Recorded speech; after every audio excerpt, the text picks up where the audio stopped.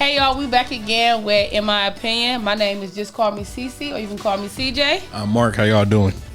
And today we actually got a sponsorship. Marquise, you want to shout out our sponsorship? Absolutely. So today's show is being sponsored by Blot Inc., Building Business Leaders of Tomorrow Today, a nonprofit organization that helps educate on the structure of development and corporation. Yeah.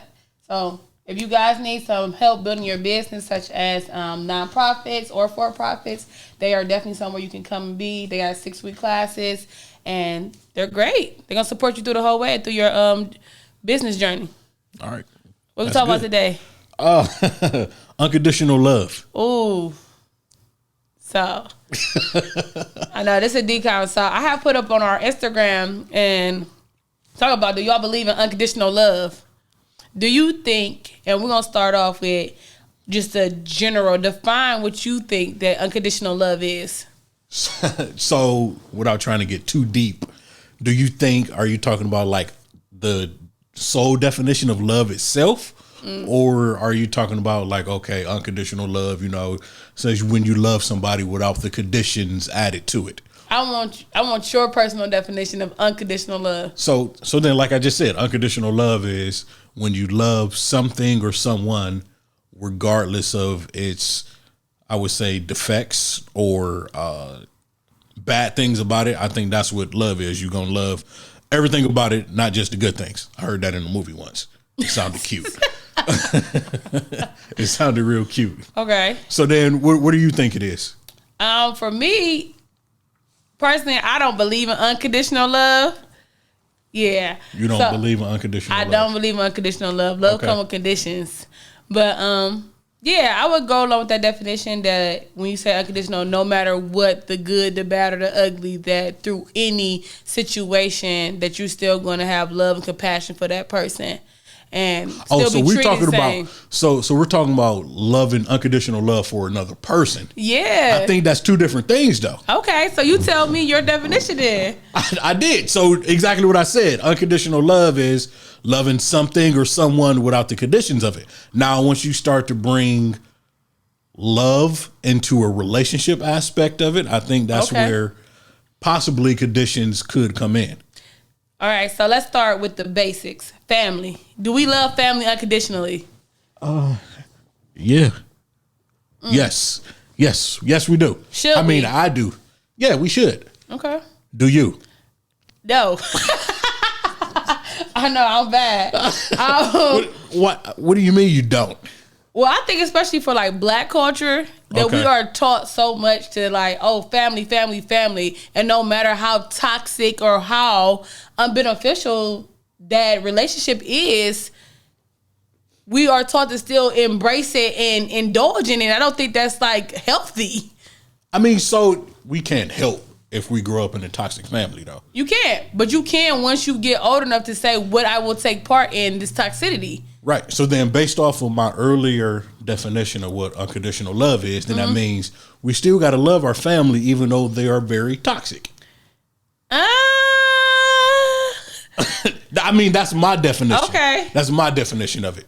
I mean, because for like example, somebody that grows up with a mother who necessarily didn't treat them right. Okay. Like kids. Mm-hmm. They still love their mother. They just may choose not to be around them, spend time with them, but they still have love for them. So let's say there's two kids, right? You have the older one, you have the younger one.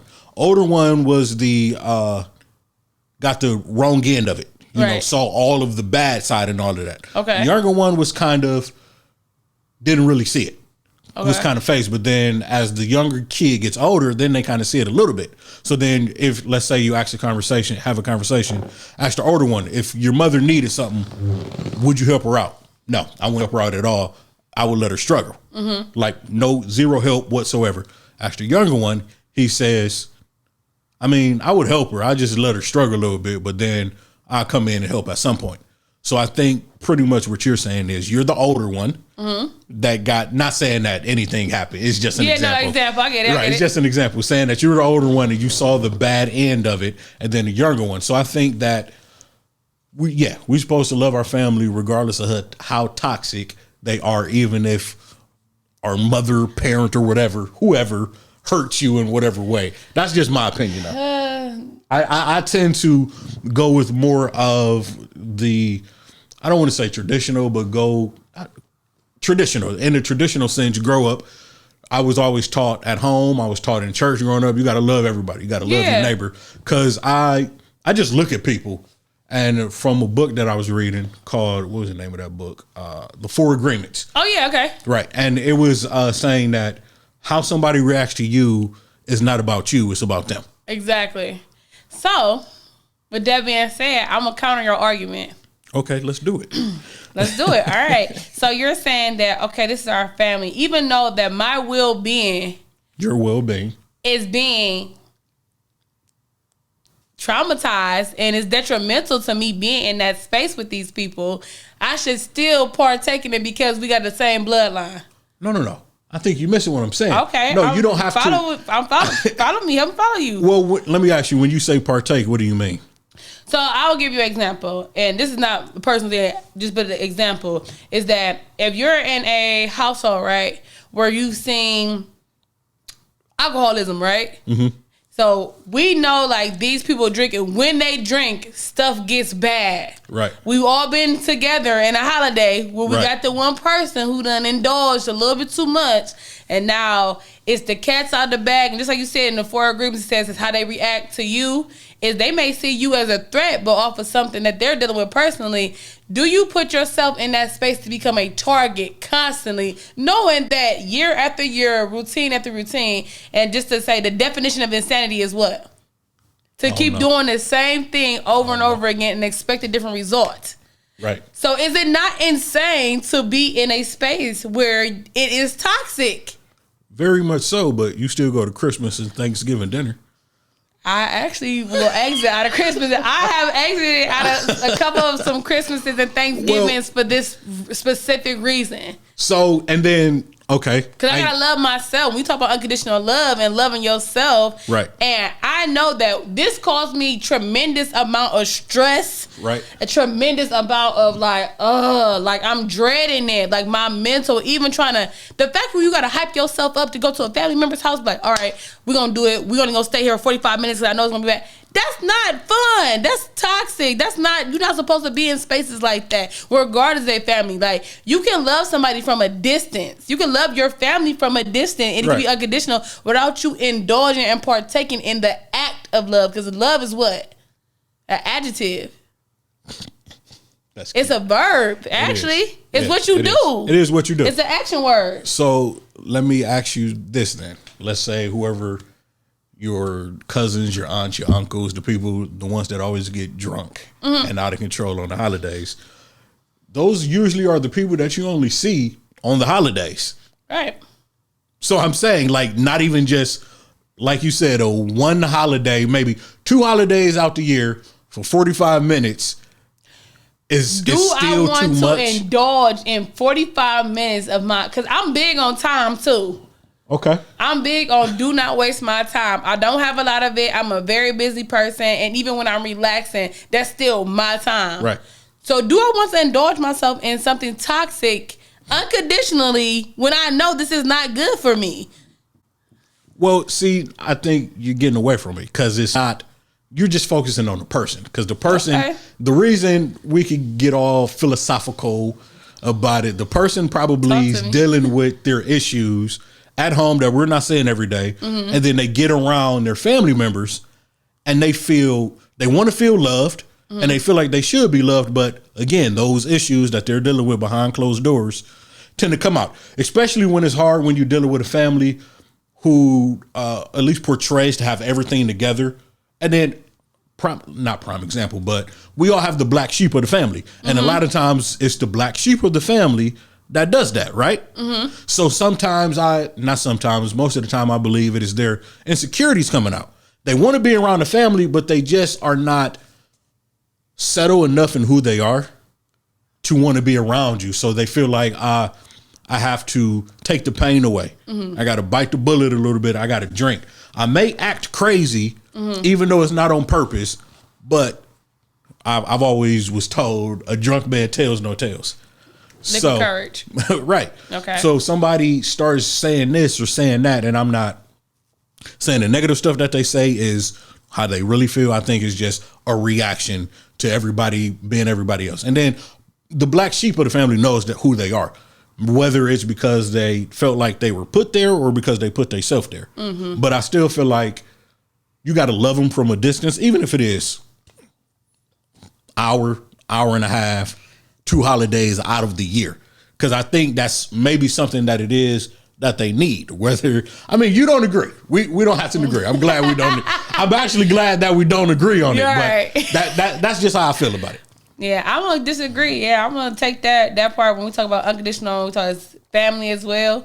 That I don't believe in that. My love comes with conditions. You cannot treat me any type of way and do what you want and feel like I'm still gonna partake in the verb, the action of loving you. So then, let's go back to the book though.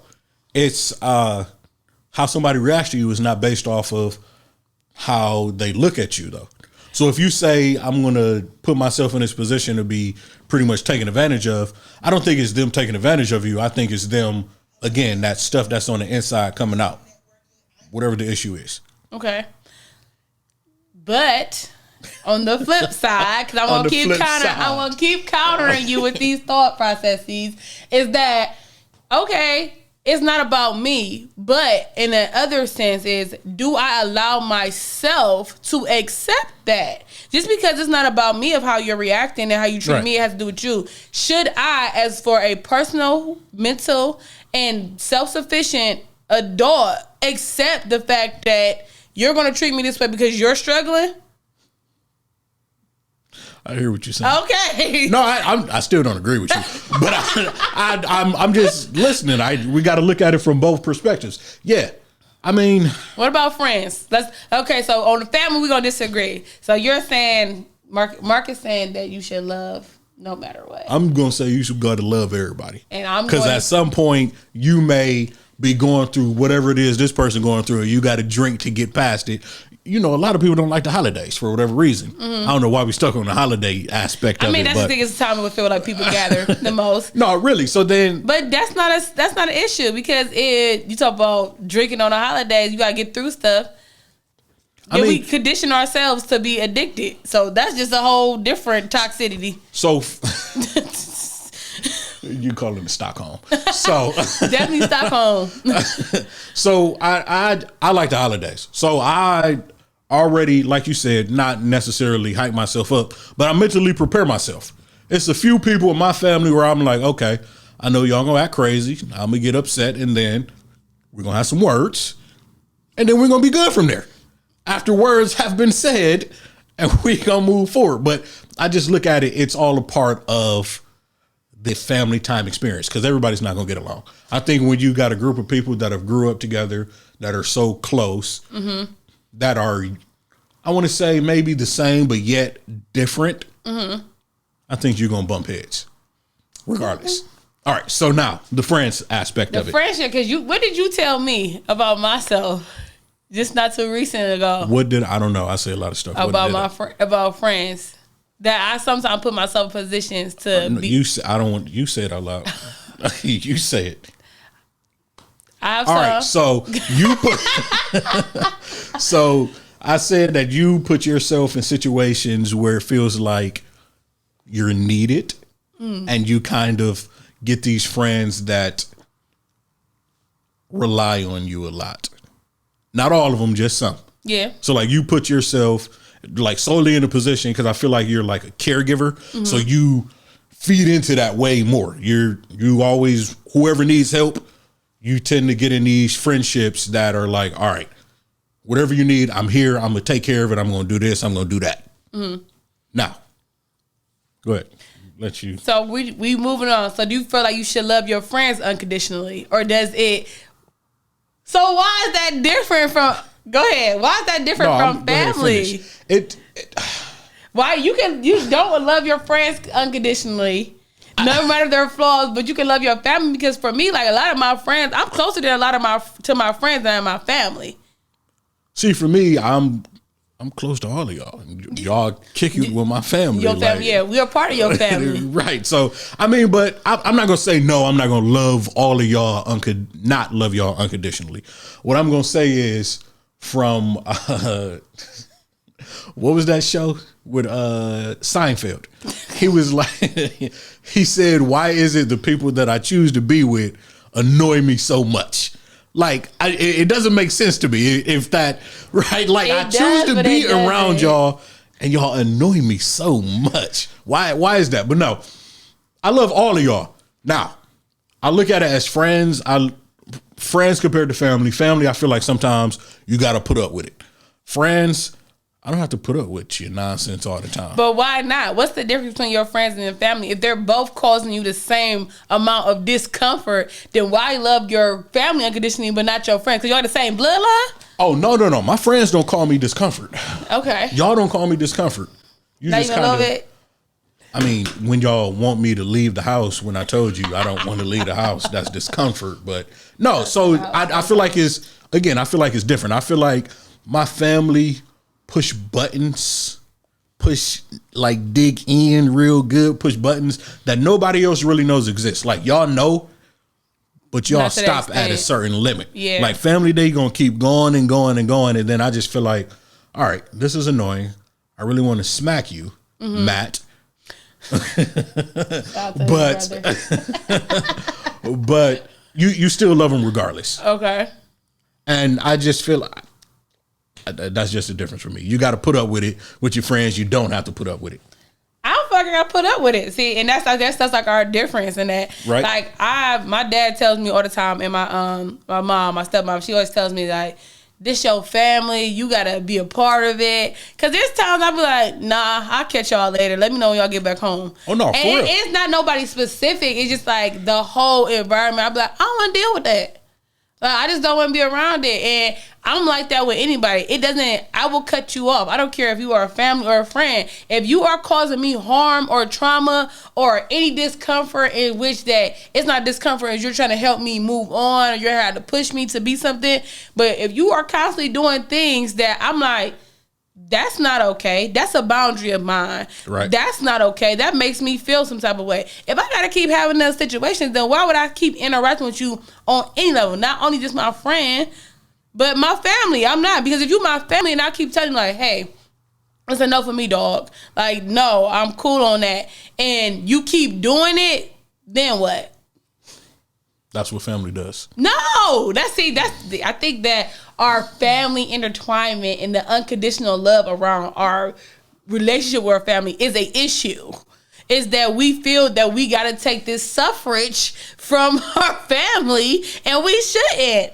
So, and I thought we was talking about the friends. I know, that's what I'm saying. No, because you're saying that. Like, I don't put up with that from my family, so I'm definitely not putting up with my friend. I'm not putting up with from anybody. Oh yeah, I got you. So then I feel like maybe a little bit, and again, not that everything is bad with my family. Yeah, they annoy me, but it is what it is. No, I'm not suffering or anything. With my friends, no, I'm not suffering either. But I just feel like with them and with y'all, no, not at all. I'm not going to put up with it. I'm not going to, like, hey, at the end of the day, you get on my nerves, I'm going to go home. I'll see y'all next time. Yeah. Although I don't necessarily do that. I just feel like we all got to get through it, get along with them. But the friends thing for me is different. So now back to your early point when you asked me about what I said to you. How does that apply here? For me, unconditional. So I had never thought of that in this way. Right. Because I feel like I'm just a dependable person. So that's just who I am. That's what I was sent to do. That's one of my gifts. Well, from one dependable person to another dependable person, people always say, oh, you got to be careful of that. Not that your friends take advantage of it, but some people will definitely try to take advantage of it. And if you don't love yourself unconditionally, put conditions on what it is that you would do, then you will feel drained. Yeah. So for me, when we talk about that, I talk about the boundaries. You know, I'm very vocal. When you want to be. You think I'm not? I'm not direct? No, you're as my mom said, you're a sledgehammer. You're a sledgehammer. what does a sledgehammer do? It breaks things. Right. It's a little bit more aggressive than other, but it's like for certain groups, for certain friends, for certain people you deal with, you're super aggressive, but then you could say, well, that's stupid, but you still gonna go along with them and whatever the stupid thing it is that they're doing. But they're not doing it to me, so I think that's why it's different. Like my condition, I feel like if I tell, you know, my friends, I tell them very much so, and they tell me, because the best part I feel about friendships, when we talk about unconditional love, if you're gonna love unconditional, accepting their flaws, but if it's not being done to you, although I may not like how they interact with someone else, right?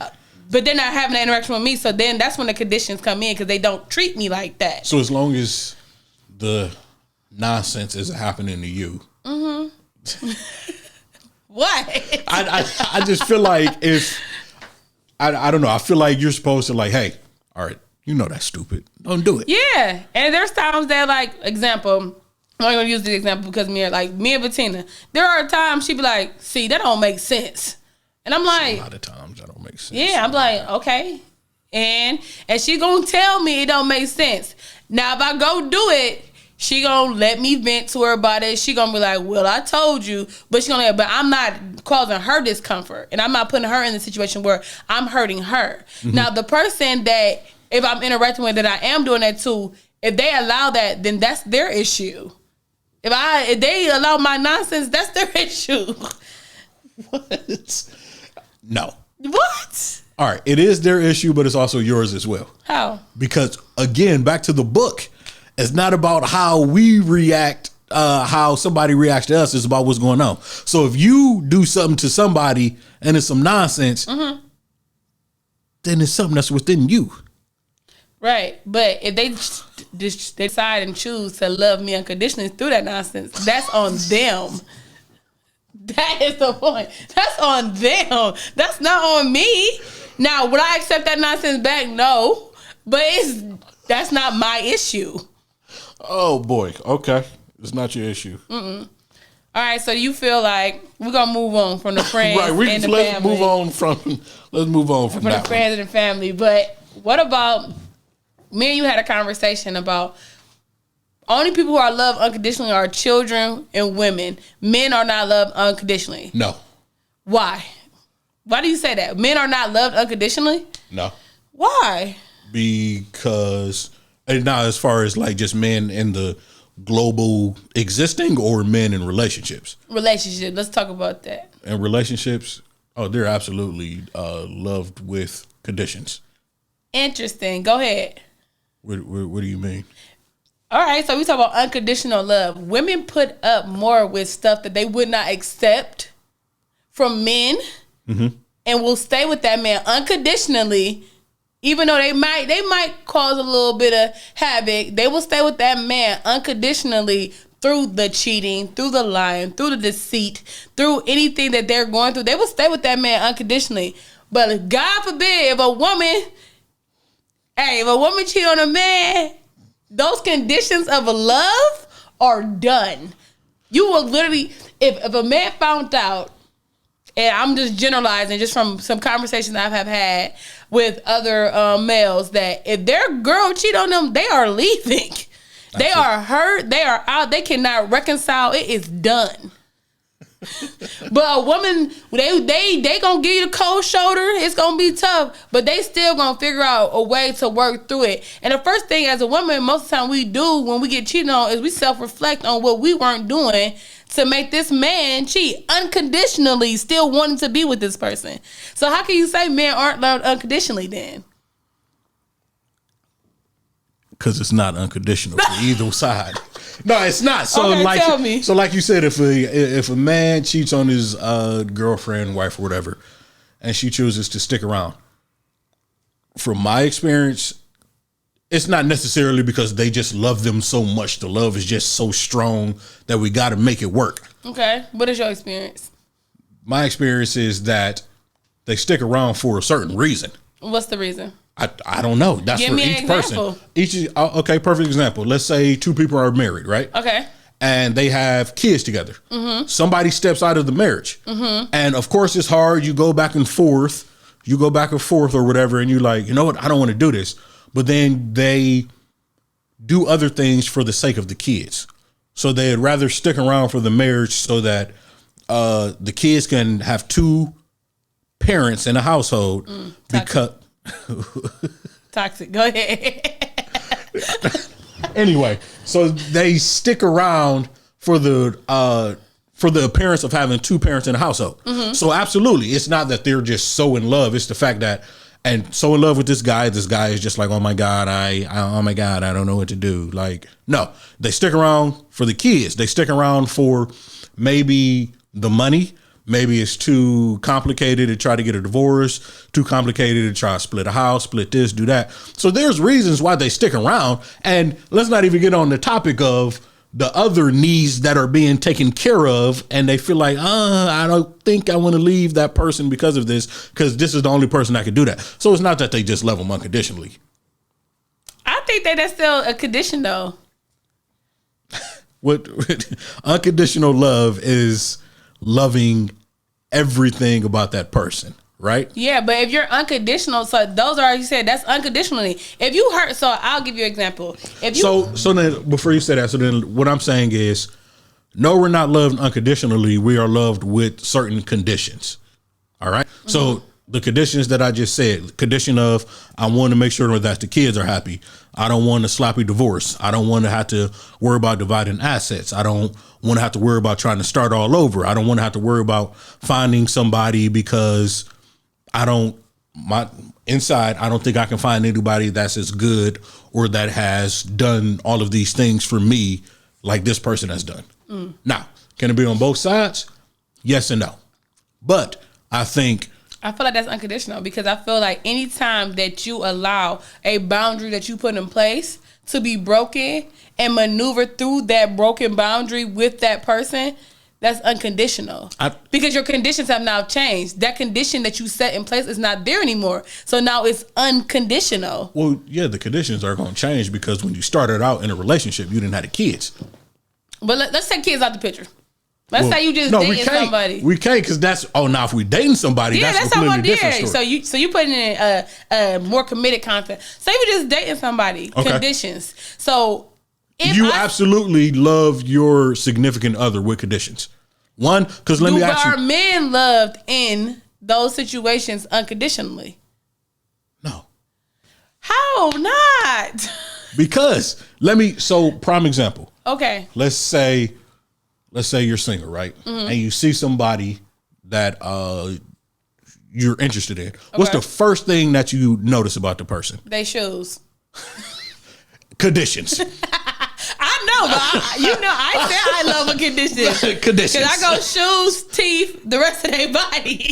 And then that's the example right there. So then a lot of people, they look at something on the outside like, oh, in order for me to be able to talk to you, in order for me to be able to want to be bothered with you, you need to have these things in place. Not just because, oh, I think you're a great person and I'm just going to love you so much. I'm going to love the gray in your beard and that one hair that just don't stick down. No, it's not because of that. It's because there's something. But that's when you first initial dating. I'm talking about once you get into the relationship. When you first initially when you're in a relationship, it's absolutely conditions. Yeah. Oh, you can cook real good. When you first get into that relationship, though, right. The point is that when I first into a relationship, I don't know you. So everything's on the table. So I'm just figuring out maneuvering.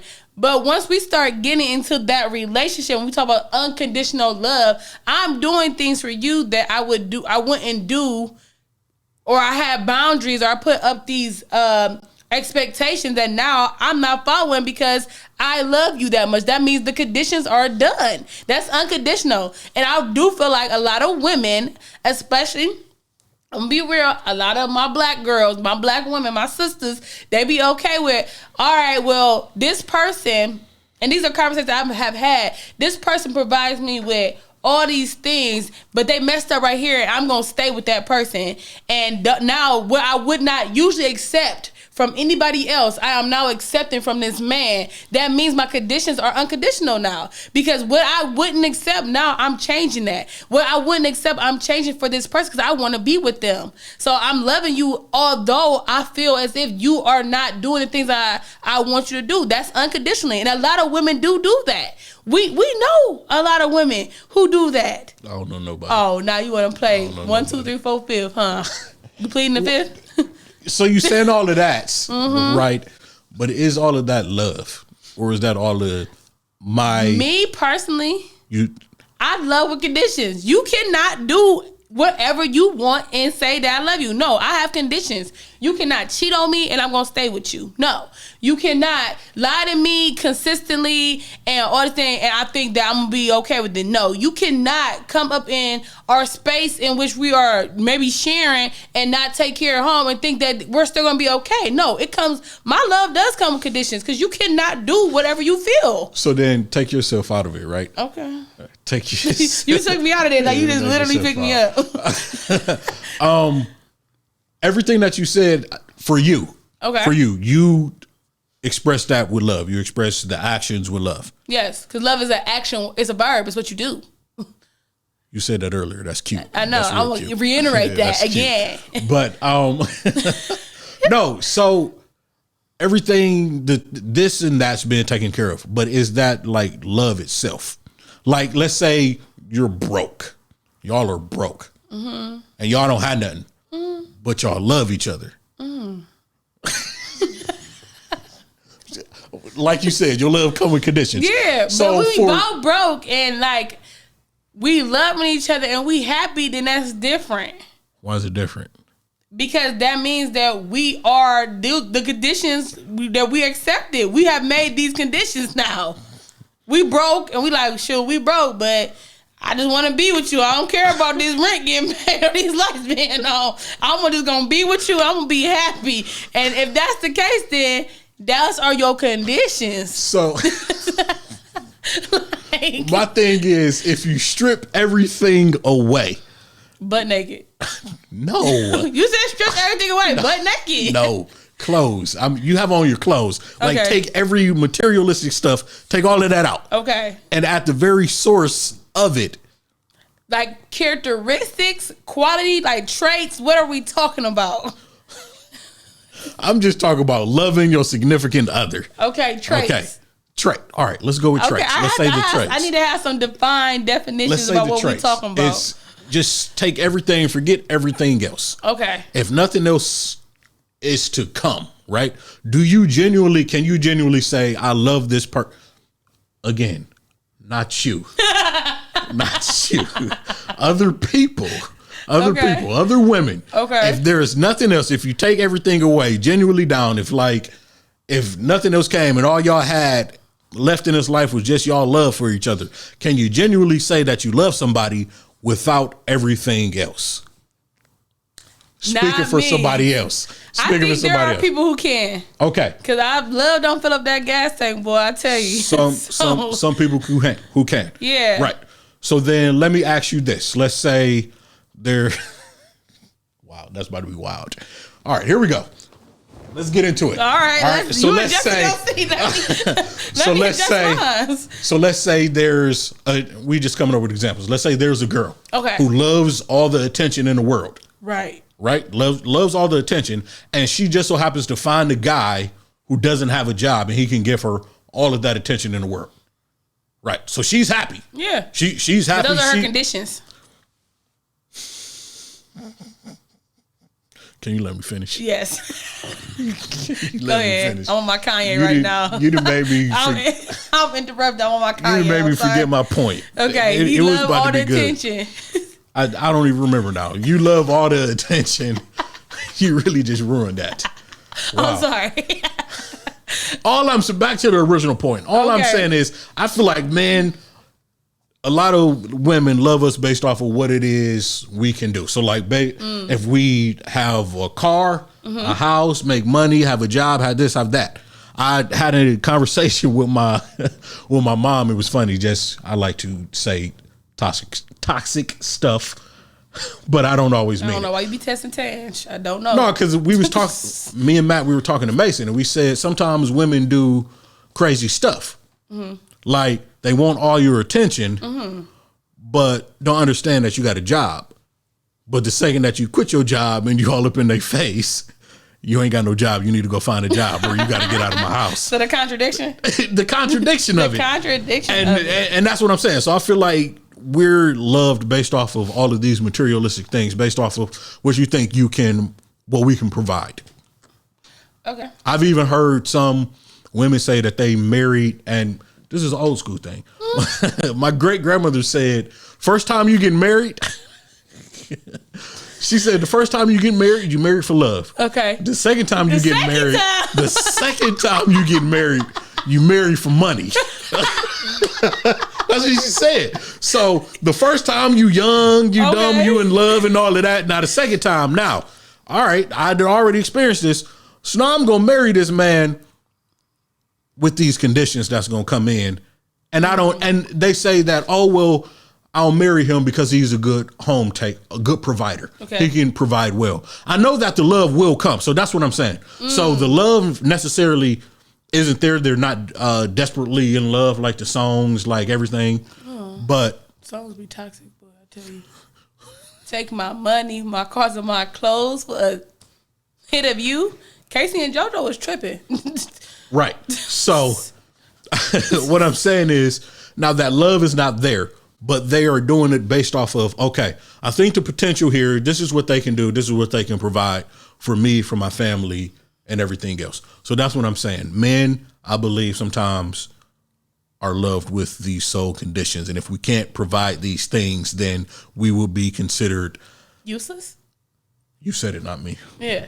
Or less valuable. I'm not going to say useless. I don't less agree with valuable. that. I'm just saying that's the word. I'm going to say less valuable. Okay. Right. Even though, give me a second, I don't mean to cut you off. No, you good. I know you. I feel like I know where you're about to go. Okay. Even though there are some women who will be bothered with the guys who necessarily don't have anything going, but it's whatever else it is that they're providing for them. Okay. What about women? Because you said women are loved unconditionally, right? No. Okay. Talk to me. It's just the same thing that applies. I'm going to say because there are a lot of women like they get BBLs. They change their body because as soon as you gain a little bit of weight, men will detect it and they will be on you. And now things are different. You a little heavy, huh?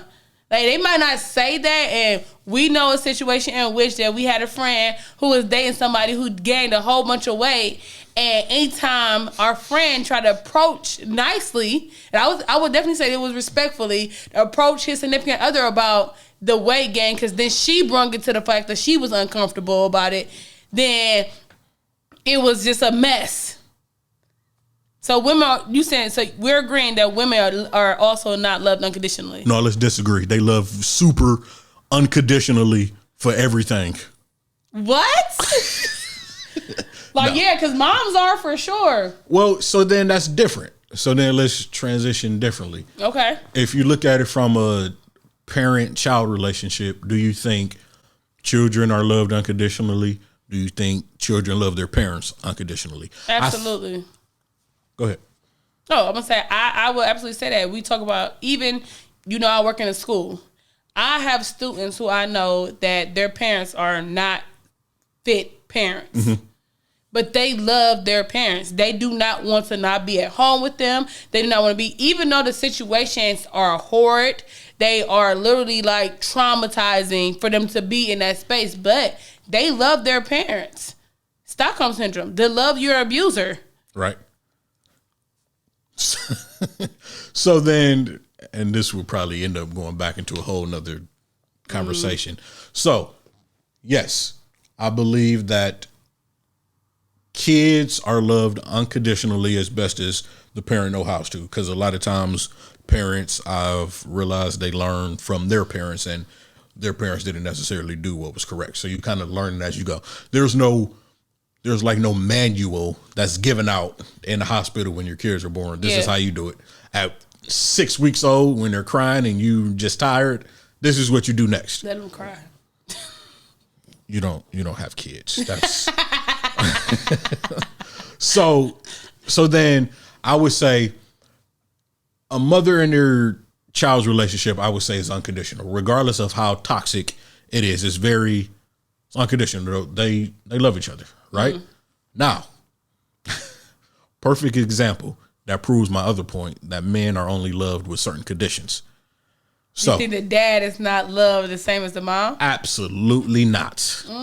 Absolutely not. And here's a perfect example. A few weeks ago, it was signing day, right? Okay. Signing day for college. Okay. And if you could tell me, I give you all my money for my vacation next week. If you can tell me one person, an NFL draft, or not an NFL, college athlete perspective, if he said, I want to thank my dad, before he said, I want to thank my mom, if you could tell me one person. I can't. And that's exactly what I'm saying right there. If I would have been drafted to the WNBA, I would have thanked my dad. I would have thanked my dad. Okay. So my point is, not you. You're one in a million. One in a million. Again, just let's take yourself out. Again, no. So I feel like dads are not as loved as much as moms are. Yeah. I also think that that's a cultural thing, though. Is it? Yeah. How so? I think culturally that, especially in Black culture, active dads, I'm going to say this, active dads don't get the same amount of love and support. Like, and I'm about to probably catch a lot of flack with this when we talk about unconditional love, right? We praise mom like, oh my God, this single mom did all this stuff. Like, she planned this party, she grinded, she get it in. You supposed to do that. That's your job. You decided to become a mother. Mm-hmm. That's your job. Mm-hmm. Like, I when we talk about unconditional, yes. When we talk about unconditional love, what you're providing, like, oh yeah, they just ground there. I don't get this, I don't do that, whatever the case may be. Like, well, my mom did this. She's supposed to do that. That's her. That's what a mother is supposed to do. And that's going to the gratification of when we say conditions, like, oh no, like they love their parents no matter what. But there are a lot of times when people are naming off a list of things that while they're so stressed out or they like feel this for being a parent, it's like, but that's what you're supposed to do. And y'all want to get a applause for the stuff you're supposed to be doing. And I was raised by my father. So he gets, and I'm going to reverse this. I know this may even be like contradictory in the same sense. Because my dad had custody of me, although my stepmom was there and my mom was there or whatever. But my dad was my primary soul giver. Me and my dad are very close because it was me and him rocking for a very long time. That a lot of people praise him for being a single dad. Mm-hmm. But he was supposed to do that. His job is to be my dad. Your job is to be my parent and provide these things for me. That is your job. Provide what? Like the basic necessities? Yeah, no, I'm saying just like parenting. I'm not going to say like don't get me wrong, there are situations when parents do go above and beyond. Right. I'm not denying that. I'm saying though, like when people get praised for like, oh, the birthday party, or, oh, she drove the kid back and forth to practice. When you became a parent and your kid decided to be involved in something, and we know like unconditional love, right? You do those things unconditionally because that's your job. But the praise that comes from it is ridiculous. That's your job. You're wrong. I'm wrong? Marquise, no. I never think I'm wrong, but go ahead. No, I mean, I don't want to say that that's what they're supposed to do. I'm not going to say that they're supposed to do what. I'm not a parent, so I don't know. This one's a little sticky. I ain't going to say nothing, But I just feel like in the movie, you ever saw Lean on Me? Yes, I've seen Lean. You know when Morgan Freeman was in jail? Yes. And he said, the only thing I'm supposed to do is stay black and die. Exactly. So the only thing the parents are supposed to do is to take care, nurture, and make sure that this human being is not a menace to society. So I feel like you gonna go to sleep tonight and wake up in the middle of the night and just be saying unconditionally or conditions. That's what you gonna be doing. But no, what I'm saying is, they're there and provide whatever it is they need: food, water, roof over their head. I've heard some dads say, only thing I have to do is make sure you fed, got a roof over your head, food to eat, and lights. So now, as far as everything else, I mean, yes, you still praise them. You're supposed to praise them. And I don't think they're necessarily supposed to go over beyond and spend money that they may not have so that you have a memorable birthday, right? I guess, I mean, no, but in the same thing, when we was poor, I didn't even know we was poor. I didn't know I was poor until I got to high school because my parents loved me unconditionally and they provided without funds, without these conditions.